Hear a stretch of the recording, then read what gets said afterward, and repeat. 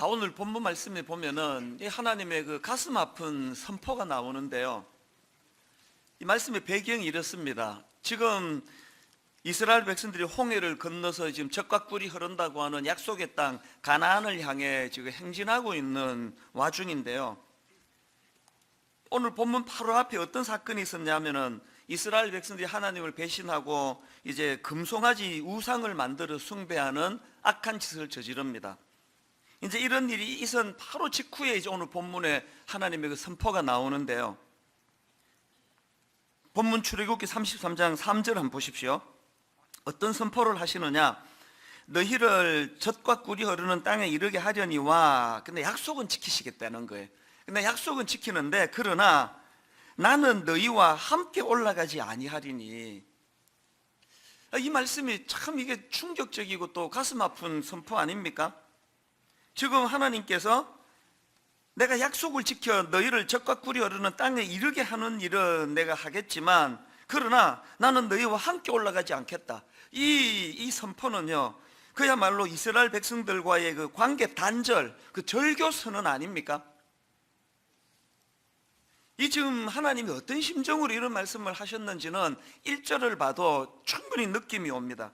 본문 1절을 보기 전에 먼저 출애굽기 20장 1절에 보면은 이런 그 하나님의 그 진노가 노여움이 있기 이전에 어떤 말씀을 하시느냐? 하나님이 이 모든 말씀으로 말씀하여 이르시되 나는 너를 애굽 땅 종되었던 집에서 인도하여 낸 너의 하나님 여호와니라. 여기 보면은 하나님께서 그 뭐라 말씀하십니까? 나는 니들의 하나님이다. 그리고 내가 너희들을 인도했다. 그런 말씀을 하시는데 오늘 1절 말씀을 보니까 여호와께서 모세에게 이르시되 너는 네가 애굽 땅에서 인도하여 낸 백성과 함께 여기를 떠나서 아까 나의 백성이다. 내가 인도했다 그랬는데 모세 네가 인도한 그 백성. 또 7절에도 같은 내용이 나옵니다. 여호와께서 모세에게 이르시되 너는 내려가라. 네가 애굽 땅에서 인도하여 낸 네 백성이 부패하였도다. 하나님과의 관계가 단절되기 전에는 난 니들의 하나님이다. 내가 니들을 인도했다. 그렇게 말씀하셨는데 이제 모세의 백성이다. 모세가 인도했다. 이런 말씀을 주시면서 3절에서 이제 나는 너희와 함께 올라가지 아니하리니 이런 말씀을 선포하시니까 이게 참 그 많은 생각을 하게 만들더라고요. 이거 자식을 키워본 부모라면 이게 어떤 심정인지 뭐 충분히 느끼실 수 있을 겁니다. 부모가 맨 마지막에 할 수 있는 말이 이거 아닙니까? 내가 너 뭐 낳았으니까 내 책임은 져야지 당연히. 너 버리지는 못하겠지만 그러나 네 마음대로 살아라. 그건 난 네하고 상관없다. 그거 뭐 호적에서 파기야 하겠니? 그러나 난 너 나하고 별 상관없다고 난 생각한다. 이런 선포가 지금 일어난 거 아닙니까? 제가 그 지난 연말에 이 본문 말씀을 여러 차례 읽고 묵상하고 몇 주 동안 참 새해를 바라보면서 이 말씀을 선포해야 되겠다 준비하면서 마음이 그 두렵고 불안했던 게 뭐냐면은 지금 이게 딱 오늘 우리 한국교회 상황 아닙니까? 이게 분명히 그 저분을 보면은 예수 믿는 거 확실해요. 형 오늘도 뭐 딴 데 안 가고 또 여기 오시잖아요. 분명히 저 크리스찬 맞아요. 그런데 하나님의 임재를 느낄 수 없는, 그 하나님 임재가 뭔지, 하나님의 이끄심이라는 게 뭘 말하는지 전혀 모르는 분들이 너무 많은 현실 아닙니까? 목사가 설교하고 또 다락방에서 또 믿음 있는 분이 간증하면 저게 뭔 소리 하는지 어렴풋이는 알겠는데 나는 저걸 경험해 본 적이 없는 이런 상태에 빠진 사람들이 지금 양산되고 있는 현실 아니겠습니까? 그래서 제 마음이 두려운 거예요. 분명히 가나안으로 인도함 받는 그 예수 믿는 사람 분명히 맞는데 이 하나님과의 관계 단절, 뭐 교회도 마찬가지예요. 뭐 구색 다 갖추고 있다고 교회가 아니에요. 이 하나님과의 관계가 단절이 되어 있는 교회가 그게 어떻게 교회겠냐고요. 이것이 저를 참 두렵게 만들었는데요. 여러분, 구약에 이런 그 하나님과의 관계 단절, 교제 단절의 상태를 오래 방치했다가 망한 인물, 또 망한 시대가 있지 않습니까? 엘리 제사장. 사무엘상 3장 1절에 보니까 아이 사무엘이 엘리 앞에서 여호와를 섬길 때에는 여호와의 말씀이 희귀하여 이상이 흔히 보이지 않았더라. 이걸 방치해 놔가지고 망한 그 인물과 또 그 가문이 그 엘리 제사장 가문 아니냐고요. 이거 방치하시면 안 됩니다. 새해 첫날 여러분, 제가 이 3장 1절 말씀을, 오늘 본문의 이 말씀을 가지고 정말 여러분에게 내가 도전하고 싶은 게 뭐냐? 자, 하나님이 여러분한테 네 둘 중에 하나 택해라. 응? 둘 중에 하나 택할 그 기회를 주마. 우리는 사지 선택에 익숙해가지고 이지 선택은 이 선택을 잘 못하는 그 증상이 좀 있지만, 이제 여러분 둘 중에 하나 한번 택해 보세요. 하나님이, 자, 첫째, 이 풍요로운 가나안에 내가 입성하게 해줄게. 풍요로운 가나안에 입성해 적과 꿀이 어르고 결핍이 없는 그곳에서 살도록 해주는데, 단 나는 네와 함께 안 한다. 이게 1번이다. 이거 택할래. 2번, 비록 이 땅은 그 이스라엘 백성들이 경험한 광야 생활, 그래서 열악하고 척박하고 결핍된 게 많은, 그래서 너무너무 힘든 삶의 연속이지만 그 광야에서 내가 너와 함께하는, 너와 교제하는 너의 하나님이 되어주겠다. 이게 2번이다. 너 뭐 택할래? 그럼 여러분 뭐 택하시겠습니까? 뭐 교회니까 다 2번이라고 그러시겠지만 속내는 집에 가서 얘기하겠죠. 사실 여러분, 끊임없이 세상이 우리를 유혹하는 게 1번 택해라는 거거든요. 그 결핍이 없대잖아. 적과 꿀이 흐른대잖아. 거기는 하나님이 별로 필요 없대잖아. 당연히 1번이지. 여러분, 작년 한 해 우리가 겪었던 유혹을 정리하면 다 너 1번 택해라, 1번 택해라, 이 유혹이에요. 그러나 여러분, 우리 2번 택해야 돼요. 왜 그런지 아십니까? 좋은 사례가 있는데요, 시편 63편 1절을 보십시오. 하나님이여, 주는 나의 하나님이시라. 내가 간절히 주를 찾되 물이 없어 마르고 황폐한 땅에서 내 영혼이 주를 갈망하며 내 육체가 주를 앙모하나이다. 이게 지금 2번의 상태에 빠진 분이 쓴 시인데, 이 시는 다윗이 쓴 시예요. 자료를 보니까 지금 다윗이 사울 왕에게 쫓겨가지고 도망가 광야로 지금 도망간 상태다, 이렇게 그 분석하는 글이 있고요. 그런가 하면은 지금 이 상태는 자기 아들 압살롬이 왕이 된 다윗인데요, 자기 아들 압살롬이 쿠데타를 일으켜요. 그래서 아들의 쿠데타를 지금 절망적으로 겪으면서 목숨 부지하겠다고 지금 도망가 있는 상태, 그걸 배경으로 썼다. 뭐 설이 두 가지가 있더라고요. 뭐 어느 쪽이든 상관없습니다. 한 가지 확실한 건 뭐예요? 세상에 가장 비참한 상태예요. 그리고 지금 자기가 처한 광야의 상태를 어떻게 묘사합니까? 시편 63편 1절에서 이렇게 말합니다. 물이 없어 마르고 황폐한 땅에서. 너무너무 힘든 거예요. 그 광야에서 지금 마실 물이 지금 없다. 이건 뭐 얼마나 이거 힘들고 괴로운 상태냐고요. 그런데 그런 열악한 상황이지만 그럼에도 불구하고 1절 다시 한번 보세요. 하나님이여, 주는 나의 하나님이시라. 내가 간절히 주를 찾되 물이 없어 마르고 황폐한 땅에서 내 영혼이 주를 갈망하며 내 육체가 주를 앙모하나이다. 이게 2번 아닙니까? 상황은 너무 열악한데 하나님과 의지하는, 하나님과의 교제가 이루어지고 하나님께 부르짖을 수 있는 상태예요. 여러분, 왜 우리가 1번이 아니라 2번을 택해야 되는지 아십니까?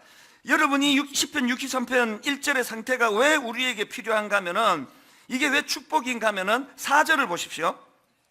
이름으로 나의 평생의 주를 송축하며 주의 이름으로 말미암아 나의 손을 늘리이다. 지금 광야에서도 찬양이 나오고 있네요. 그 다음 7절에도 보십시오. 주는 나의 도움이 되셨습니다. 내가 주의 날개 그늘에서 즐겁게 부르리이다. 그 열악한 광야에서도 즐겁대요, 기쁘대요. 그러면 되는 거 아닙니까? 제가 여러 번 말씀드렸잖아요. 우리 신학생들이 저를 좀 부러워해요. 아이고, 이찬수 목사는 그냥 저렇게 좋은 교회에서 사역도 하고 뭐 대단하다 그러고 저를 좀 부러워해요.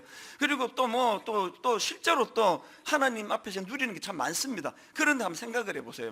막 모든 사람들이 저를 과장스럽게 잘못 아셔가지고 막 이찬수 목사님 존경할 분이다, 너무 귀하다, 사랑한 분이다, 막 그렇게 모든 분들이 저를 칭송한다 하더라도요, 내가 지금 우울하고 기쁘지 않고 행복하지 않으면 그게 남의 칭찬이 무슨 소용이냐고요. 분당 우리 교회가 막 세계적으로 유명한 교회라 치자고요. 치자고요예요. 막 우리 교회가 막 세계적인 교회가 됐다 치자고요. 그 담임 목사라 그래서 막 모든 신학생이 다 부러워한다 치자고요. 내가 안 행복하면은 그게 무슨 소용이에요. 맨날 우울하고 막 불면증이 오고 막 화가 자꾸 나고.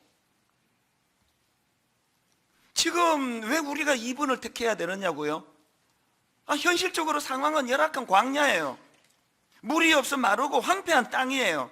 막 결핍이 너무 많아요. 근데 거기 보니까 본인이 손을 들어 주를 찬양하고 내가 주의 날개 그늘에서 즐겁게 부르리이다. 본인 행복하면 되는 거 아닙니까? 새해에는 하나님 안 계신 가나안을 추구하는 어리석은 인생이 아니라 비록 열악한 광야지만 여러 가지 결핍이 많아 목이 마르는 현실이지만 그러나 하나님과 함께하는 광야 생활이기에 여호와는 나의 목자시니 내게 부족함이 없으리로다. 그렇게 고백하는 그 인생길로 나아가게 되시기를 바랍니다.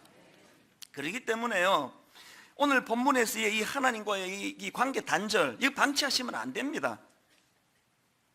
어떻게 하면은 이런 하나님과의 관계 단절을 피할 수 있을까? 또 거기에 지금 빠져 있더라도 어떻게 하면 벗어날 수 있을까? 여러분, 제가 오늘 본문을 택한 이유가 바로 그건데요, 하나님이 친히 말씀해 주세요. 이런 하나님과의 관계 단절의 그 고통을 벗어날 수 있는 대안이 있다. 하나님 친히 말씀해 주시는데 그게 5절에 나와 있습니다. 5절을 보십시오. 여호와께서 모세에게 이르시기를 이스라엘 자손에게 이르라 너희는 목이 곧은 백성인즉 내가 한순간이라도 너희 가운데 이르면 너희를 진멸하리니. 그리고 대안을 가르치십니다. 너희는 장신구를 떼어내라. 너희는 장신구를 떼어내라. 그리하면 내가 너희에게 어떻게 할 것인지 정하겠노라 하셨습니다. 이 조금 그 생뚱맞은 그 대안 아닙니까? 지금 이 하나님과의 관계 단절을 피할 수 있는 대안이 그 장신구를 떼어내라. 장신구 뭔지 아시죠? 그 몸을 치장하는 그 우리 한복에도 보면은 뭐 이런 장신구를 그 장식을 달고 그러지 않습니까? 이 몸 치장하는 장신구를 떼내는 게 대안이라는 거예요. 이 참 생뚱맞습니다. 그냥 뭐 100일 금식 기도를 해라라든지 뭐 성경을 한 100독 그러면 그 납득이 가겠는데 지금 하나님과 관계해보고 이 장신구 몸에 옷에 붙어있는 장신구 떼내는 거가 무슨 상관이냐 하는 거예요. 제가 이 의미를 오늘 좀 살펴보려고 하는데요, 하나님께서 왜 그 장신구를 떼어내라 이게 대안이다 그러시는가 하면은요, 자, 몇 가지 정리를 해드리겠습니다. 장신구를 떼어내라시는 그 하나님의 명령의 의미, 첫째 의미가 뭐냐? 죄의 불씨를 제거하라는 뜻이에요. 이게 무슨 의미냐? 제가 바로 앞에 지금 이스라엘 백성들이 금송아지 우상을 만드는 죄악을 저질렀다 그러지 않았습니까? 그 과정을 기록한 출애굽기 32장 2절에 보니까 재료가 바로 그 장신구네요. 자, 보십시오. 아론이 그들에게 이르되 너희의 아내와 자녀의 귀에서 금고리를 빼어 내게로 가져오라. 모든 백성이 그 귀에서 금고리를 빼어 아론에게로 가져가매 아론이 그들의 손에서 금고리를 받아 부어서 조각칼로 새겨 송아지 형상을 만드니 그들이 말하되 이스라엘아 이는 너희를 애굽 땅에서 인도하여 낸 너희의 신이로다 하는지라. 그들이 신으로 삼기로 한 금송아지 우상이 장신구에서 만들었단 말이에요. 그 하나님이 이 장신구를 떼어내라는 이 말씀에는 또다시 우상 숭배에 빠지지 않도록 불씨를 제거하라는 거 아닙니까? 하나님과의 관계가 회복되기를 원하십니까? 여러분을 자꾸 하나님과의 관계를 깨뜨리고 우상을 만들고자 하는 이런 유혹의 여러 손길들 앞에 그 불씨를 제거해야 된다. 불씨를 제거.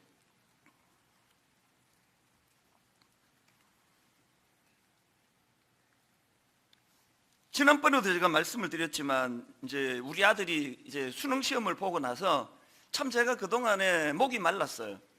이 대학 입시 때문에 이 기독교 세계관 교육, 또 가치관 교육, 신앙 교육 이런 걸 제대로 할 수가 없어 가지고요. 요즘에는 제가 이제 많이 이제 얘를 가르치려고 애를 쓰고 있습니다. 지난 금요일 저녁에도 계속 집에서만 하면은 막 하여튼 목사 아빠를 만나가지고 잔소리를 많이 듣는다고 그럴까봐 이번에는 내 거금을 투자해가지고 정말 제가 고급 레스토랑에 데리고 갔어요. 그리고는 막 거의 한 80%는 자기 다 먹고 난 20% 얻어먹는 정도 수준으로 해서 그렇게 분위기를 잘 띄워주고 기분 좋게 만들고, 그리고는 이제 좋은 커피숍에 가가지고 오래 이제 대화를 나눈, 뭐 저 혼자 말하는 대화였습니다. 제가 이제 무슨 얘기를 했냐 하면, 야, 너 그 입시 하지만 그건 일도 아니다. 이제 본격적인 유혹이 지금부터 시작된다. 얼마나 어려운지 아니? 세상은 지금 네가 하나님의 멋진 사람이 되는 걸 얼마나 지금 집요하게 방해해서 너를 쓰러뜨리게 하려는지 아니? 그 유혹과 싸워야 된다. 그러면서 제가 무슨 얘기했냐면은, 너의 본격적인 유혹은 세상은 너를 중독자로 만드는 게 목표다. 스마트폰 중독, 영화 중독, 심지어는 이제 뭐 음란한 것들이 얼마나 너를 공격할지 모른다. 우리 다 그 거치면서 왔다. 이거 싸워야 된다. 불씨를 제거해야 된다. 아빠는 이렇게 많은 성도님들을 섬기는 목사지만 뭔 일할 때 핸드폰은 일부러 떼고 가까이 안 간다. 그 집에 오면은 핸드폰을 할 수 있는 대로 내가 멀리 두려고 애를 쓴다.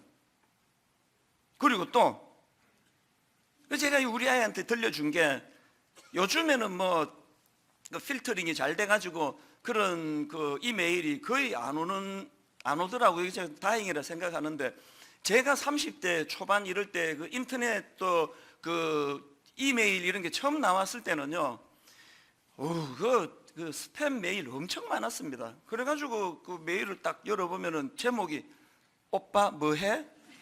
저는 5남매 중에 막내예요. 그리고 또 어느 여집사가 나보고 오빠 뭐해? 이러는 사람이 없단 말이에요. 그래서 누가 나보고 오빠라 그러지? 그래서 클릭을 해보면은, 저를 오빠라고 부르는 그 여자가 그냥 뻘거벗고 이룩하고 서 있는 이런 그 음란한 사진들이 뜨고, 이런 일이 종종 있었습니다. 그래서 제가 금요일 저녁에 우리 아들 보고 뭐라 그랬냐면, 아빠는 있잖아, 계속 그런 음란 메일이 오면 나는 인터넷 자체를 끊어버리는 사람이다. 불씨를 남겨두지 않는다. 사실 진짜 그런 일이 있었습니다. 10년 전에 이제 안식년을 얻어가지고 이제 공부를 좀 더 해야 되겠다 해서 풀러신학교에 그때 이제 그 학생 비자를 받아가지고 1년간 체류하기로 갔거든요. 얼마나 내가 공부를 열심히 했는지, 이게 그 1년 코스인데요. 한 9월, 8월 되니까 공부 다 해버렸어요. 그 이제 공부 다 끝나고 코스가 끝나고 이제 논문만 쓰면 되는데, 막 조음이 쑤시는 거예요. 제가 깨달았습니다. 일 많아도 이게 괴롭지만요, 진짜 일 없는 게 이게 괴로운 일이더라고요. 그래서 내가 12월 달에 귀국하기로 했는데 못 참고 이제 일찍 귀국한 거예요, 혼자. 들은 이제 2학기를 끝내야 되니까 가족들은 다 남아있고 저 혼자 한국으로 귀국을 했는데요. 이제 뭐 하루 교회 일 마치고 집에 들어오면 막 아무도 없고 막 저녁에 또 시간이 막 얼마나 안 가더라고요. 그래서 제가 계속 이제 TV 중독이 됐습니다. 막 그래서 TV 켜놓고 동해물과 백두산이 나오면은 또 이제 케이블로 들어가가지고 또 영화 보고, 이제 밤 한 11시 넘어서 영화는 또 막 되게 음란한 것들이 많이 나오더라고요. 그래가지고요, 이게 내가 이래갖고는 안 되겠다 해가지고 케이블 선을 가위로 잘라버렸어요. 그거 뭐 한 3,000원 하면 다시 살 수 있거든요. 가족 올 때까지 안 샀습니다. 이게 불씨를 제거하는 거예요. 이 얘기 듣고 저한테 실망한 분 계세요? 무슨 목사가 그것도 못 이겨가지고 케이블을 끊었단 말이야? 실망이다. 이런 분 계시면 그냥 계속 실망하세요. 그게 저예요. 저는 못 이길 것 같아요. 그래서 불씨를 제거하는 거예요. 이성에 대해서도 전 자신 없고요. 그래서 극도로 조심하고 불씨를 제거합니다. 어떤 경우라도 여성이랑 1대1로 식사 안 하고 차 안 마시고 대화 안 하고 교회 일 말고는 절대로 교제하지 않습니다. 자신이 없는 거거든. 불씨를 제거하는 거예요. 새해를 맞아 여러분에게 진심으로 제가 한 가지 권면을 드리고 싶은데요, 영적으로 충만하고 싶으면 여러분을 유혹하는 불씨를 제거하는 결단이 있기를 바랍니다. 자꾸 음란한 것들에 대하여 노출이 돼 있으면 그것을 아예 그냥 원시인처럼 사는 게 낫습니다. 인터넷 끊어버리세요. 그래서 제가 우리 아들 보고 그날 한 이야기가 뭐냐, 네 주변에 너무 매력적이고 너를 즐겁게 하는 친구라 할지라도 네 삶에 유익하지 않고 유혹이 많으면 그 친구 끊어야 된다. 이를 악물고 끊어라. 지금 그 이성교제를 하고 있는데 그 배우자 될 사람이 계속 내게 별로 유익하지 않다. 헤어지는 아픔을 감수하고로 끊어야 돼요. 지금 끊는 게 그게 훨씬 유익합니다. 장신구를 떼라는 게 이런 의미를 갖고 있다는 거예요. 그런가 하면은 두 번째로 장신구를 없앤다는 것의 의미가 뭐냐? 이건 자기 중심성을 극복하라는 뜻이에요. 이 자기 중심성. 백성들이 이제 금송아지 우상을 만드는 과정을 묘사한 게 출애굽기 32장 1절인데 왜 만들게 됐는가가 딱 한마디로 표현이 되어 있습니다. 보십시오.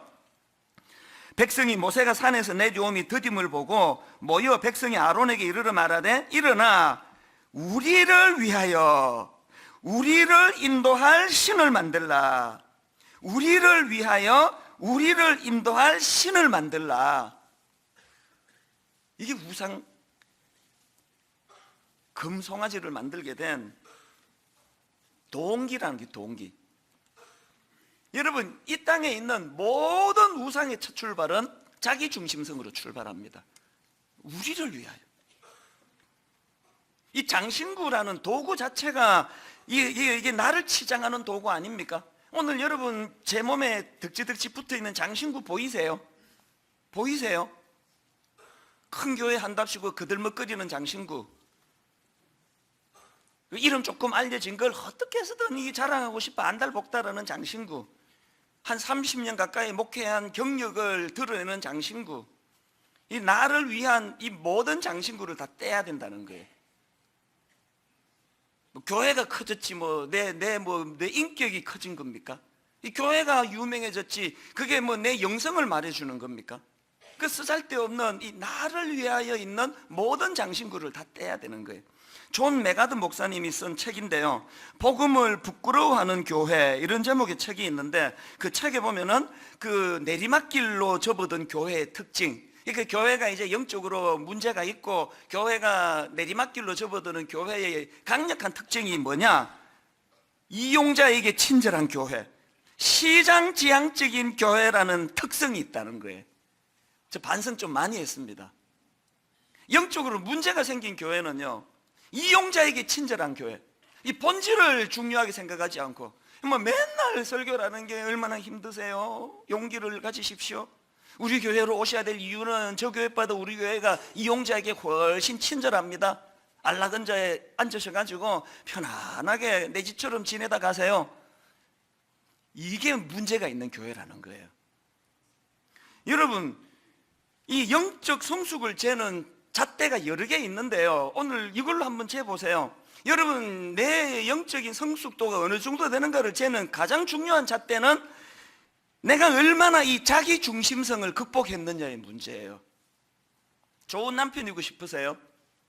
좋은 아내고 싶으시면요, 고린도전서 13장에서 말하는 사랑은 자기의 유익을 구하지 아니하며, 이 자기 중심성으로부터 벗어나지 않고 좋은 남편이 되는 비결은 없습니다.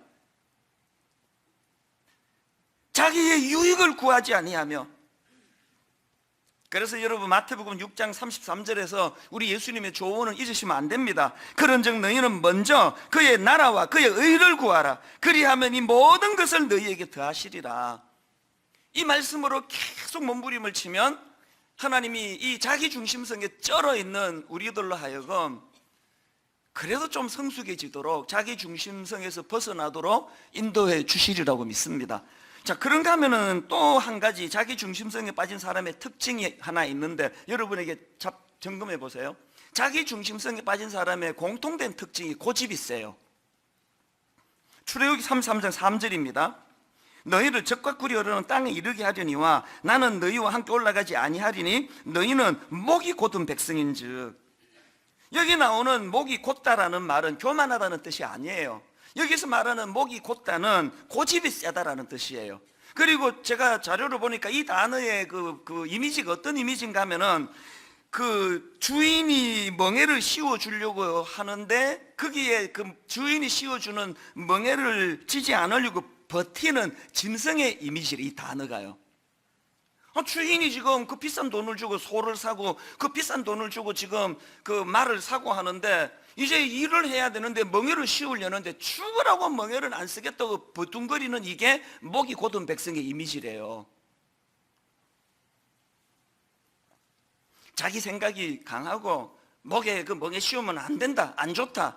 뭐 하나님이 막 뭔 말씀으로 권면을 하든지 간에 막 목이 곧아가지고 막 고집이 세가지고 막 뭐 자기를 위하는 설교는 막 아멘 그러고 막 또 듣고 막 또 자다가도 듣고 하는데 멍에 좀 쉬어볼까 그러면은 막 그때부터 막 목이 곧아가지고 막 절대로 막 거부하고 그러면 그게 지금 장신구가 너무 많이 있는 거예요.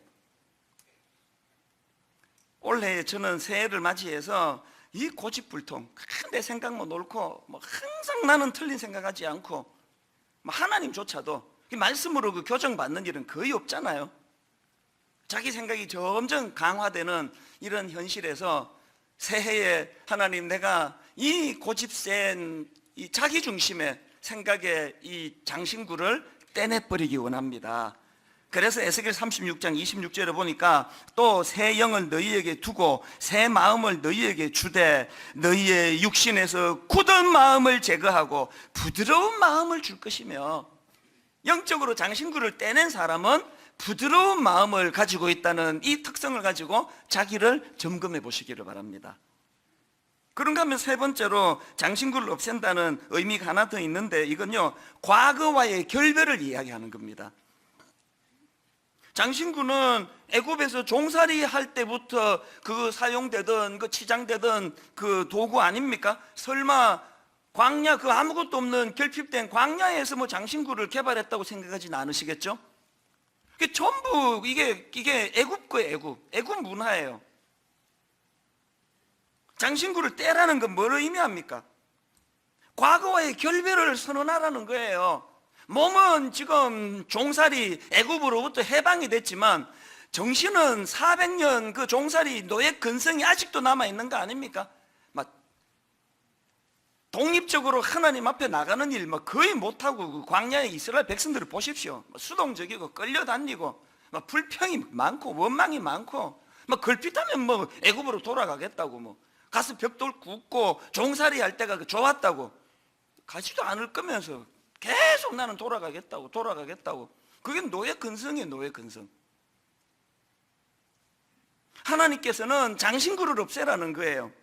애굽에서 종살이 할 때 차고 있던 그 장신구를 다 떼내라는 거 아닙니까? 이게 로마서 12장 2절 너희는 이 세대를 본받지 말고 오직 마음을 새롭게 함으로 변화를 받아 하나님의 선하시고 기뻐하시고 온전하신 뜻이 무엇인지 분별하도록 하라. 장신구를 떼는 거예요. 이게 에베소서 4장 22절 너희는 유혹의 욕심을 따라 썩어져가는 구습을 따르는 옛사람을 벗어버리고 장신구를 떼내라는 거예요. 교회 뭐 그렇게 오래 다니면 뭐합니까? 여전히 이 세상의 사고방식, 세상의 가치관, 온통만 내가 이 세상의 주인이라는 이런 세속적인 가치관에 너무나 지금 거기에 젖어 있다면 성령님이 새해를 맞이하는 저와 여러분에게 장신구를 뗄 수 있는 마음의 결단을 주시고 그것을 직접 행할 수 있는 능력을 주시기를 바랍니다. 그래서 고린도후서 5장 17절에 그런즉 누구든지 그리스도 안에 있으면 새로운 피조물이에요. 새로운 피조물. 장신물 다 떼시고 이전 것은 지나갔으니 보라 새 것이 되었도다. 이게 장신구를 떼는 의미예요. 오늘 본문에 보면 그래도 이스라엘 백성들이 그 하나님의 말씀 앞에 반응을 보여요. 순종합니다. 본문 6절에 보니까 어떻게 순종합니까?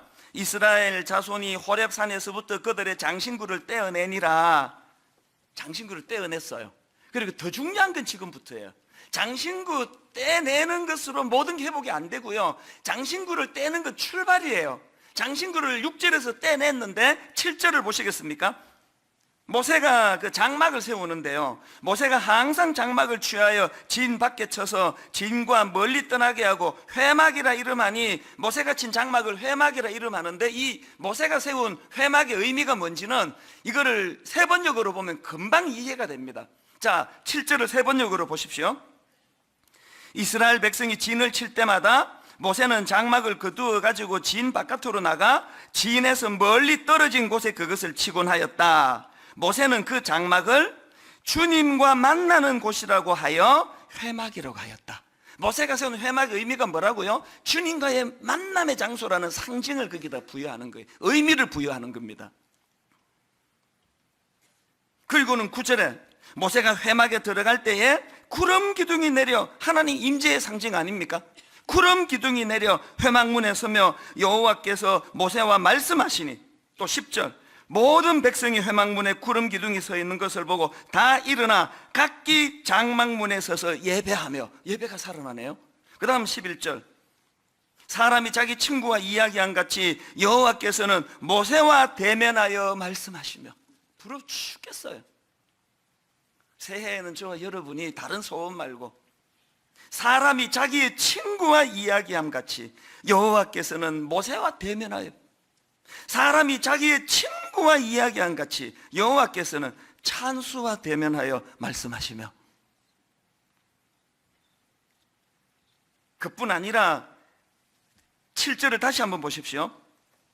모세가 항상 장막을 취하여 진 밖에 쳐서 진과 멀리 떠나게 하고 회막이라 이름하니 여호와를 앙모하는 자는 다 진 바깥 회막으로 나가며. 지금 모세가 주님과의 만남의 장소에 회막을 세워두니까 거기에 가는 사람들을 보니까 여호와를 앙모하는 자라. 여호와를 앙모하는 자.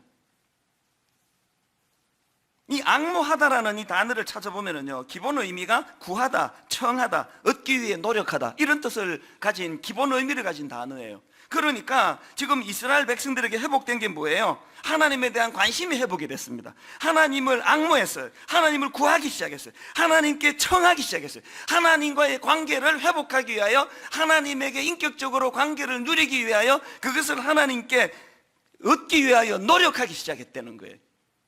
2019년도에는 여호와를 앙모하는 자는 다 진 바깥 회막으로 나아가며, 매 예배 때마다 여호와를 앙모하는 마음을 가지고 예배하러 오시는 여러분 되시기를 바랍니다. 주를 앙모하는 자 올라가 올라가 독수리 같이. 앙모하는, 주님을 앙모하는 마음이 생기면 넘어졌는데 일어나게 됩니다. 독수리 같이 창공을 향하여 날아가게 되는 거거든요. 여러분, 이 앙모하는 마음을 회복하는 게 왜 필요하냐? 이런 이스라엘 백성들의 변화에 하나님이 반응하시기 때문이에요. 자, 13절에서 모세가 이런 요청을 드립니다. 내가 참으로 주의 목전에 은총을 입어 싸우면 원하건대 주의 길을 내게 보이사 내게 주를 알리시고 나로 주의 목전에 은총을 입게 하시며 이 족속을 주의 백성으로 여기소서. 그랬더니 하나님 어떤 반응을 보이시느냐? 감격의 14절이에요. 여호와께서 이르시되 내가 친히 가리라. 나는 니들과 함께 안 하겠다 하신 하나님 아닙니까? 우상이나 만들고 말이야, 온 관심이 그냥 하나님에게 있지 않는, 난 니들과 함께 안 하겠다 하신 하나님인데, 그들이 돌이켜 회개하고 하나님을 앙망하는, 하나님을 앙모하는 그런 모습으로 바뀌니까 하나님이 여호와께서 이르시되 내가 친히 가리라. 그래서 여러분, 올 한 해 내내 품어야 될 성경 구절 하나, 다음 주일날 이 교회 벽에 붙일 거예요. 야고보 4장 8절 하나님을 가까이 하라. 그리하면 너희를 가까이 하시리라. 하나님을 가까이 하라. 그리하면 너희를 가까이 하시라. 여러분, 우리 첫 주니까요, 한번 큰 소리로 선포해 보시겠습니까? 하나님을 가까이 하라. 그리하면 너희를 가까이 하시리라. 한 번 더요. 하나님을 가까이 하라. 그리하면 너희를 가까이 하시리라. 하나님을 가까이 하는 도구를 주보간지로 다 드렸습니다. 성경 읽으셔야 됩니다. 하나님을 가까이 하는 도구, 하나님 주신 성경 큐티 시작하셔야 됩니다. 말씀 읽으셔야 됩니다. 가정 예배 회복시키셔야 됩니다. 다시 한번 저를 따라 선포해 주시겠습니까? 하나님을 가까이 하라. 하나님을 가까이 하라. 그리하면 너희를 가까이 하시리라. 결론을 맺습니다. 제가 올 연초에 그 아는 목사님에게 그 이순신 장군 이야기를 들었는데 참 감동적이었습니다. 그 내가 어렴풋이 알고 있었던 것 같은데요. 임진왜란 초기에 그 옥포대첩이라고 아시는 분이 많으실 거예요. 이 옥포대첩은요, 외선 30척이 옥포만에 정박을 해가지고 양민을 괴롭히고 약탈하고 그런 짓을 저질렀는데요. 이순신 장군이 그 외적 30척 중에서 무려 26척을 격침을 시켜요. 그리고 더 놀란 게 뭐냐 하면은 외선 26척을 격침시키는 과정에서 왜군 4,080명을 사살해요. 놀라운 게 뭐냐, 외적 4,080명을 사살할 동안에 아군 피해 1명 부상, 사망자도 없대요. 이 뭐 위대한 장군이에요. 그래서 제가 그게 너무 제가 연초에 인상적이었는데요. 이순신 장군 검색을 하니까 무슨 기사가 하나 뜨는가 하니까 여러분 검색해 보세요. 이순신 장군이 병사들에게 이상한 명령을 내렸대요. 적의 머리를 베는 자는 벌을 줄 것이다. 이상한 명령 아닙니까? 이게 납득이 안 가는? 아니, 적의 머리를 베는 자는 벌을 줄 것이다. 이게 뭐냐 보니까요, 죽은 적의 시체 목을 자르지 말라는 그 명령이었대요. 죽은 시체 머리 벨 시간에 살아있는 적 한 명이라도 더 무찔러라는 거예요. 이게 지금 장신구를 제거하라는 그 말씀하고 제가 왜 이게 연결이 됐느냐, 장신구는 비본질이에요. 여러분, 여기 붙어 있는 장신구가 내 존재는 아니에요. 이거 떼도 상관없습니다. 막 이찬수 목사가 막 큰 교회 한다고 떠벌리고 다니는 그거 내 본질이 아니에요. 트럭 몬다고 내 거인이 아닙니다. 그 비본질이에요. 그 죽은 그 외적 목 자르는 거 나 100개 잘랐다, 그 소용없는 짓이에요. 본질을, 살아있는 적을 공격하라는 거 아닙니까? 여러분, 새해를 맞이해서 이 비본질, 장신구는 비본질의 상징이에요. 있어도 되고 없어도 되고, 오히려 광야 생활이 거추장스러워요. 오히려 그 비본질을 다 떼내고, 그 죽은 외적 목 100개 잘랐다 자랑하는 이런 거 하지 말고 전투력을 가지고 주님과 더불어서 영적인 전쟁에서 승리하는 저와 여러분 되시기를 바랍니다. 장신구를 떼셔야 됩니다.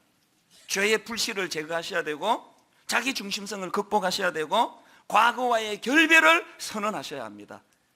이사야 40장 31절, 오직 여호와를 앙망하는 자는 새 힘을 얻으리니 독수리가 날개치며 올라간 같을 것이요 다름박질하여도 곤비하지 아니하겠고 걸어가도 피곤하지 아니하리로다. 여호와를 앙망하는 마음을 가지고 승리하는 귀하고 복된 새해가 되시기를 주님 이름으로 축원합니다.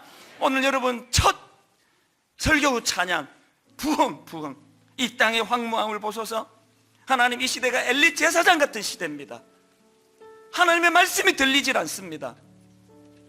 아버지, 이렇게 영적으로 어두운 시대였지만 모세는 하나님과 더불어 친구와 대화하듯 친밀감을 가지고 하나님과 아름다운 교제를 나누었다면, 우리가 이것 회복하는 모세 같은 많은 인물이 나오는 그게 부흥입니다.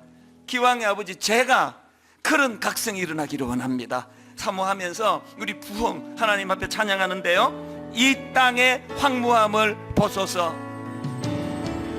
이 땅의 황무함을 보소서. 하늘의 하나님, 긍휼을 베푸시는 주여, 우리의 죄악 용서하소서. 이 땅 고쳐주소서.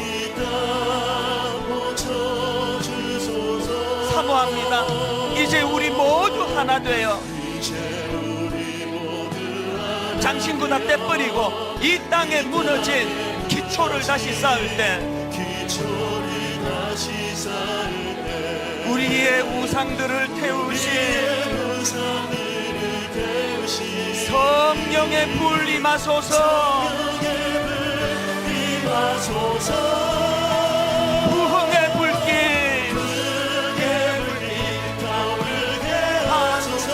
진리의 말씀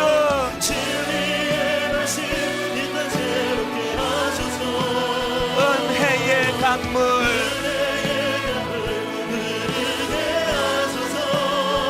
성령의 바람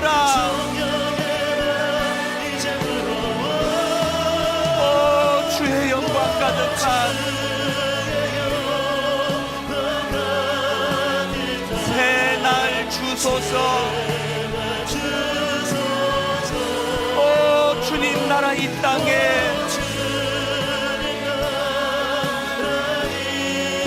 임하소서.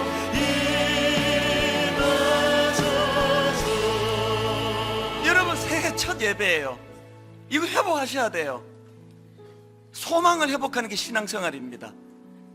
여러분 홍해를 건너는 그 가슴 벅찬 경험이 있으시잖아요. 뒤에서 적들이 죽이려고 달려들 때, 앞에 홍해가 가로막혀 있을 때 이제 끝났다, 애국 군대에게 우리는 이제 죽었다, 그럴 때 하나님의 기적의 홍해를 건넌 경험을 다 누리셨잖아요. 오랜 한국교회의 패배의식, 교회는 부흥이 안 된다, 교회는 전도가 안 된다, 누가 그러던가요? 장신구를 떼고 지금이라도 하나님의 심정을 헤아리며 하나님을 가까이 하라, 그리하면 너희를 가까이 하시리라. 하나님을 가까이 하라, 그리하면 너희를 가까이 하시리라. 아버지, 이 하나님의 소원을 제가 이루어드리기 원합니다. 우리 결단하면서 한 번 더 다 자리에서 일어나셔서 선포하며 나가기 원합니다. 이 땅의 황무함을 보소서. 이 땅의 황무함을 보소서. 하늘의 하나님, 긍휼을 베푸시는 주여, 누구를 탓하지 마세요. 우리의 죄악 용서하소서. 이 땅 고쳐주소서. 이 일을 위하여 우리 모두가 다 이제 우리 모두 하나 되어 힘있게 선포하십시오. 이 땅에 무너진 기초를 다시 쌓을 때 우리의 우상들을 태우신 성령의 불 임하소서. 마음의 소원을 가지고 선포합니다. 부흥의 불길 타오르게 하소서. 진리의 말씀 이 땅 새롭게 하소서. 은혜의 강물 흐르게 하소서. 성령의 바람 이제 불어와. 소원합니다. 오 주의 영광 가득한 새날 주소서. 오 주님 나라 이 땅에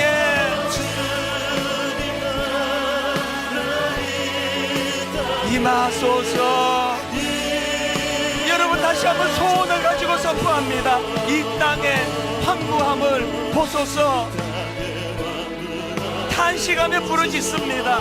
하늘의 하나님, 긍휼을 베푸시는 주여, 우리 교회에, 우리 가정에 우리의 죄악 용서하소서. 이 땅 고쳐주소서. 회복을 갈망하며 이제 우리 모두 하나 되어 이 땅에 무너진 기초를 다시 쌓을 때 회복을 갈망하며 우리의 우상들을 태우신 선포하십시오. 성령의 불 임하소서. 부흥의 불길, 진리의 말씀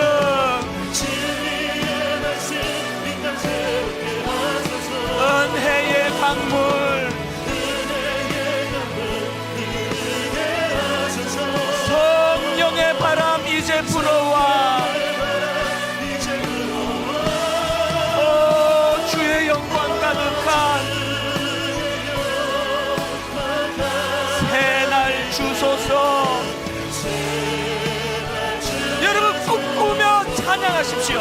오 주님 나라 이 땅에 임하소서. 부흥의 불길 타오르게 하소서.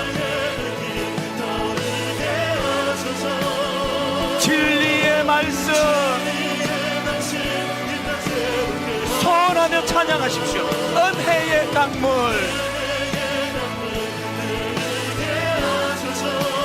성령의 바람 이제 불어와. 오, 주의 영광 가득한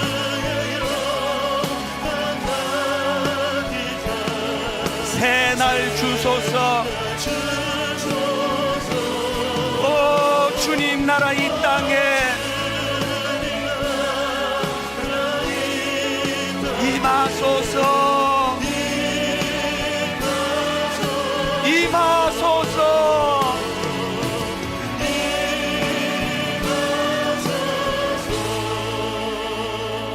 여러분 그거 아십니까? 가장 큰 변질은 소망이 사라지는 거예요.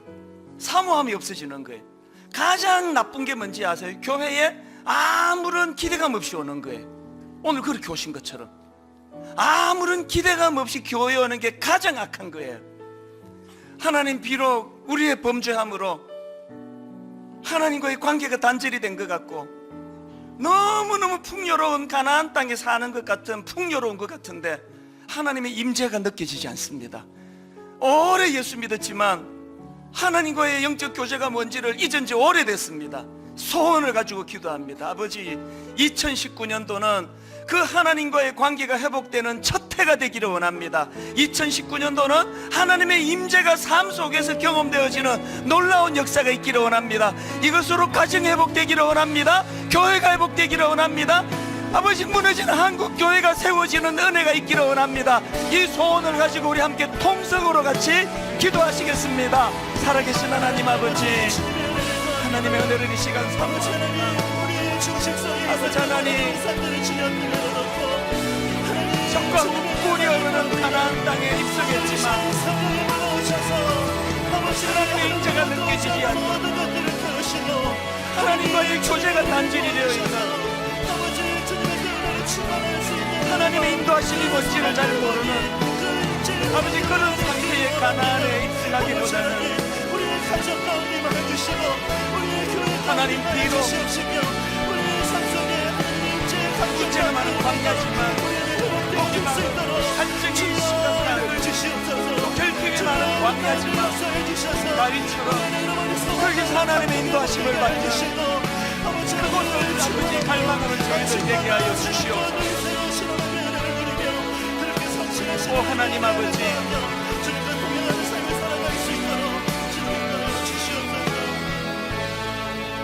하나님 아버지, 이 풍요로운 현실, 이 세상 속에서 60년대 70년대 어른들은 꿈도 꾸지 못했던 풍요를 누리고 살아가면서 이렇게 갈증을 느끼고 이렇게 허하고 이렇게 비어있는 것 같은 공허한 이런 삶을 사는 시도도 없었던 것 같은데, 아버지 하나님, 너무나 풍요로운 적과 꿀이 흐르는 가나안에 하나님의 임재가 느껴지지 않는, 하나님의 인도가 없는 그곳이 바로 지옥입니다. 다윗처럼 비록 열악한 광야지만 목이 말라 물이 없어 갈증을 느끼지만 여러 가지로 결핍이 됐지만 언제든지 부르짖을 수 있는 하나님이 계신 그곳이 가장 복된 장소라는 것을 깨달을 수 있는 영안이 열려지게 하여 주시옵소서. 아버지, 이 쓰잘데없는 장신구 붙들고 아무것도 아닌 이 허상의 장신구에 스스로 속고 남도 속이면서 오래 아버지 영적으로 침체했던 저희들 불쌍히 보시고 오늘 결단하며 이 허상의 장신구를 떼버릴 수 있는, 이미 죽은 적들 목 자르면서 나는 왜군 100명을 내가 목을 잘랐다고 하는 그 거짓의 그 허상의 장신구에 놀아나는 것이 아니라, 하나님 오늘도 진실되게 하나님 손을 붙잡고 그분과 교제하고 동행하며 2019년도는 내 영적인 충만함이 부어지는 한 해 연노라고 고백할 수 있는 그 길로 저희들을 인도하여 주시옵소서.